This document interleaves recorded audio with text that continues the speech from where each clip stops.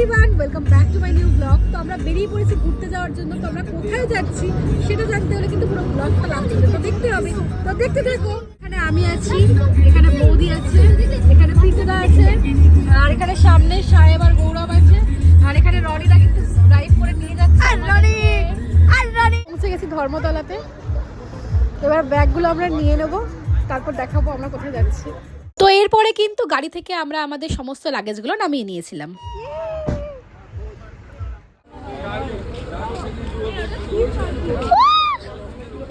তো এটা হচ্ছে আমাদের বাস।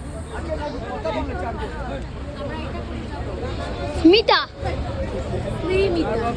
নিমিতা সরি মাই মিস্টেক। তো এটা ছিল আমাদের বাস। আমাদের বাসের নাম ছিল স্নেমিতা, যেটা বাইরে থেকে কিন্তু ভীষণ সুন্দর দেখতে ছিল। আর শুধু বাইরেই নয়, বাসের ভেতরটাও কিন্তু ভীষণ সুন্দর ছিল। বাসের ভেতরে কিন্তু প্রত্যেকটা সিটে চার্জিং পয়েন্ট ছিল, যেখানে কিন্তু ফোন চার্জ দেওয়া যাচ্ছিল। তো যাই হোক, এরপরে কিন্তু আমরা সব খাবার দাবার কিনে বাসের মধ্যে উঠে পড়েছিলাম। তো গাইস, ফাইনালি বাস কিন্তু ছেড়ে দিয়েছে। তো এবার কিন্তু আমরা বেরিয়ে পড়েছি। তো এখানে আমি আছি, এখানে গৌরব আছে, বৌদি আছে কিন্তু ওই পাশে। বৌদি,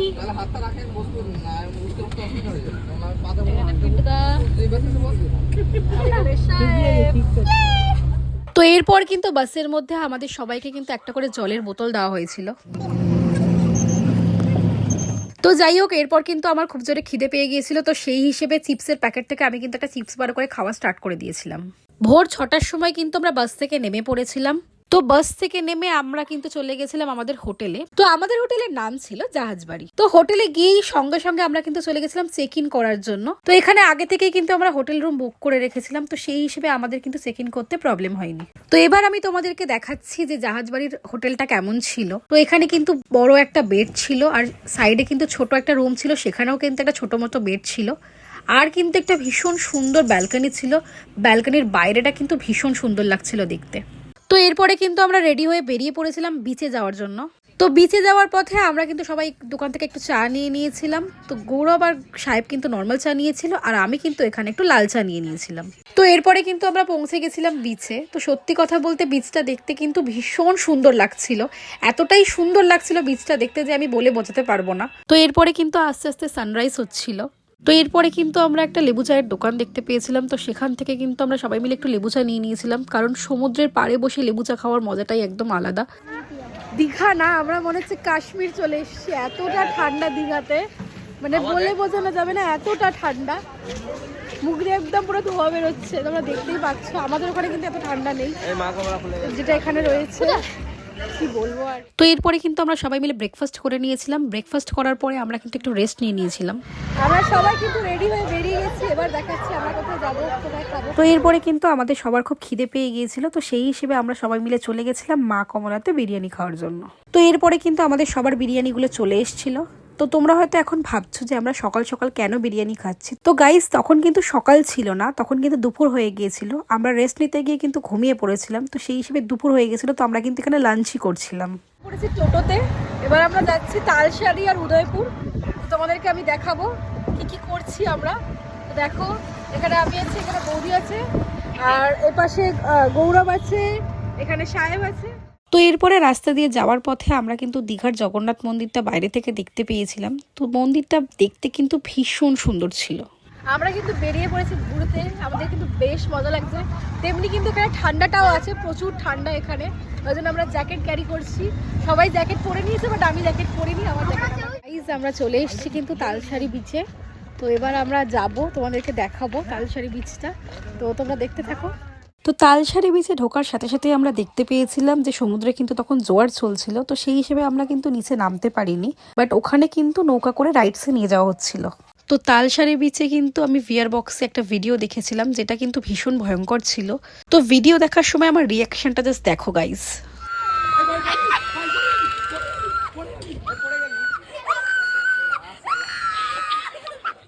আমাদের কিন্তু তালসারি বিচে ঘোরা হয়ে গেছে। এবার আমরা যাব উদয়পুর বিচে। তো সেখানে গিয়ে আমি তোমাদেরকে দেখাচ্ছি যে আমরা কি করছি না করছি। তো দেখতে থাকো।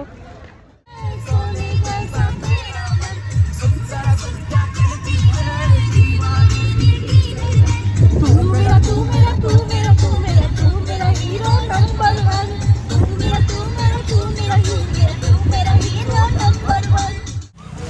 গাইস এবারে আমরা পৌঁছে গেছি উদয়পুর বিচে। তো এখানে আমরা কি করছি না করছি সবটাই তোমাদেরকে দেখাবো, তো দেখতে থাকো। তো উদয়পুর বিচটাও কিন্তু ভীষণ সুন্দর ছিল, আর ওখানে কিন্তু প্রচুর প্রচুর ভিড় ছিল, তোমরা দেখতেই পাচ্ছ। বেসিক্যালি আমরা ওখানে গেছিলাম বাইক রাইডসের জন্য, কারণ ওখান থেকে কিন্তু লাল কাঁকড়ার মোহনায় যাওয়া যায়। তো সেই জন্য কিন্তু আমরা ওখানে রাইডসের জন্য স্কুটি নিয়ে নিয়েছিলাম। তো তোমরা জাস্ট দেখো গাইস, লাল কাঁকড়ার মোহনায় যাওয়ার যে রাস্তাটা ছিল সেটা কতটা সুন্দর ছিল। তো সমুদ্রের পাড় ধরে নিজের পার্টনারের সাথে এভাবে রাইডসে যাওয়ার ফিলিংসটাই কিন্তু একদম আলাদা ছিল। তো এরপরে কিন্তু আমরা পৌঁছে গেছিলাম লাল কাঁকড়ার মোহনায়। তো আমাদের সাথে রাইডসে যে দাদাটা ছিল সে কিন্তু মাটি খুঁড়ে ভেতর থেকে লাল কাঁকড়া বার করার চেষ্টা করছিল। তো এরপরে কিন্তু সে একটা লাল কাঁকড়া পেয়েছিল। কাঁকড়াটা দেখতে কিন্তু ভীষণ সুন্দর ছিল আর একদম কিন্তু টকটকে লাল ছিল। তো এরপরে কিন্তু দাদাটা আমার হাতে কাঁকড়াটা দিয়ে দিয়েছিল। তারপরে যখন আমি কাঁকড়াটাকে ছেড়ে দিয়েছিলাম তখন কিন্তু কাঁকড়াটা দৌড়ে দৌড়ে পালিয়ে যাচ্ছিল। তো লাল কাঁকড়ার মোহনায় যাওয়ার পথে গৌরব কিন্তু আমাকে ড্রাইভ করে নিয়ে গিয়েছিল। তো সেই হিসেবে ফেরার পথে কিন্তু আমি গৌরবকে ড্রাইভ করে নিয়ে ফিরেছিলাম। তো সত্যি কথা বলতে দীঘার পরিবেশটা কিন্তু একদমই অন্যরকম লাগছিল, যেহেতু 31st নাইট ছিল। তো সেই হিসেবে কিন্তু প্রচুর জায়গায় প্রচুর প্রচুর গান বাজছিল। এরপর রাস্তা দিয়ে যাওয়ার পথে আমরা কিন্তু আবার জগন্নাথ মন্দিরটা দেখতে পেয়েছিলাম। তো সকালে জগন্নাথ মন্দিরটা যতটা সুন্দর লাগছিল, রাতে কিন্তু তার থেকেও বেশি সুন্দর লাগছিল দেখতে, কারণ প্রচুর প্রচুর লাইটিং ছিল ওখানে। আর শুধু জগন্নাথ মন্দিরটাই নয়, জগন্নাথ মন্দিরের বাইরেও কিন্তু প্রচুর লাইটিং করা ছিল ক্রিসমাসের জন্য। তো সেটাও কিন্তু দেখতে ভীষণ সুন্দর লাগছিল। তো আমাদের কিন্তু উদয়পুর তালসারি বিচ সব ঘোরা হয়ে গেছে। এবার আমরা যাচ্ছি টোটো করে আমাদের হোটেলের দিকে। তো এরপরে আমরা কি করছি সবটাই দেখাবো, তো দেখতে থাকো। তো হোটেলের সামনে পৌঁছেই কিন্তু আমরা সবাই মিলে একটু চা খেয়ে নিয়েছিলাম, কারণ আমাদের সবারই কিন্তু ঠান্ডার জন্য মাথা ব্যথা করছিল। তো গাইস এবার আমরা যাচ্ছি মার্কেটে কিছু কেনার জন্য। তো তোমাদেরকে দেখাবো আমি কি কি কিনছি। বেসিক্যালি আমরা যাচ্ছি সি ফুড কেনার জন্য। আমরা এখান থেকে কাঁকড়া মাছ সব কিছু কিনে রান্না করতে দেবো, তারপর আমরা খাবো। তো তোমাদেরকে দেখাচ্ছি আমরা কি কি কিনছি, তো দেখো। তো এরপর কিন্তু আমরা ঢুকে পড়েছিলাম মার্কেটে। তো মার্কেটে ঢোকার সাথে সাথে আমরা কিন্তু চলে গেছিলাম ফিশ মার্কেটে। তো সেখানে গিয়ে কিন্তু আমরা কাঁকড়া, চিংড়ি, পমফ্রেট আরো অনেক মাছ দেখেছিলাম। তো সেই হিসেবে আমরা কিন্তু এখান থেকে কিছু কাঁকড়া নিয়ে নিয়েছিলাম। তারপরে কিন্তু আমরা চলে গেছিলাম একটা চিংড়ি মাছের দোকানে। তো সেখান থেকে কিন্তু আমরা কিছু চিংড়ি মাছ কিনে নিয়েছিলাম। সবকিছু কেনা কমপ্লিট হয়ে যাওয়ার পর আমরা কিন্তু চলে গেছিলাম মন্টুদার রান্নার দোকানে। সেখানে কিন্তু আমরা সি ফুডটা বানাতে দিয়েছিলাম। আমরা কিন্তু রেডি হয়ে বেরিয়ে গেছি। আমরা এখন যাচ্ছি সি বিচে। তো সেখানে গিয়ে আমরা সি ফুড খাবো। তো তোমাদেরকে আমি দেখাচ্ছি আমরা কি কি করছি না করছি। ব্যাকগ্রাউন্ডে প্রচুর সাউন্ড হচ্ছে, তো আমরা ব্যাকগ্রাউন্ড সাউন্ডটাকে অ্যাভয়েড করব। তো এরপর কিন্তু আমরা চলে গেছিলাম বিচে। তো সত্যি কথা বলতে রাতে বিচটা দেখতে কিন্তু ভীষণ ভীষণ সুন্দর লাগছিল। তো সেই হিসেবে বিচের ধারে বসে আমরা কিন্তু এখানে সি ফুডগুলো ঢেলে নিয়েছিলাম খাওয়ার জন্য। তো সি ফুডে ফার্স্টে আমরা কিন্তু কাঁকড়া বার করে নিয়েছিলাম। তো সমুদ্রের পাড়ে বসে এইভাবে কাঁকড়া খাওয়ার মজাটাই একদম আলাদা।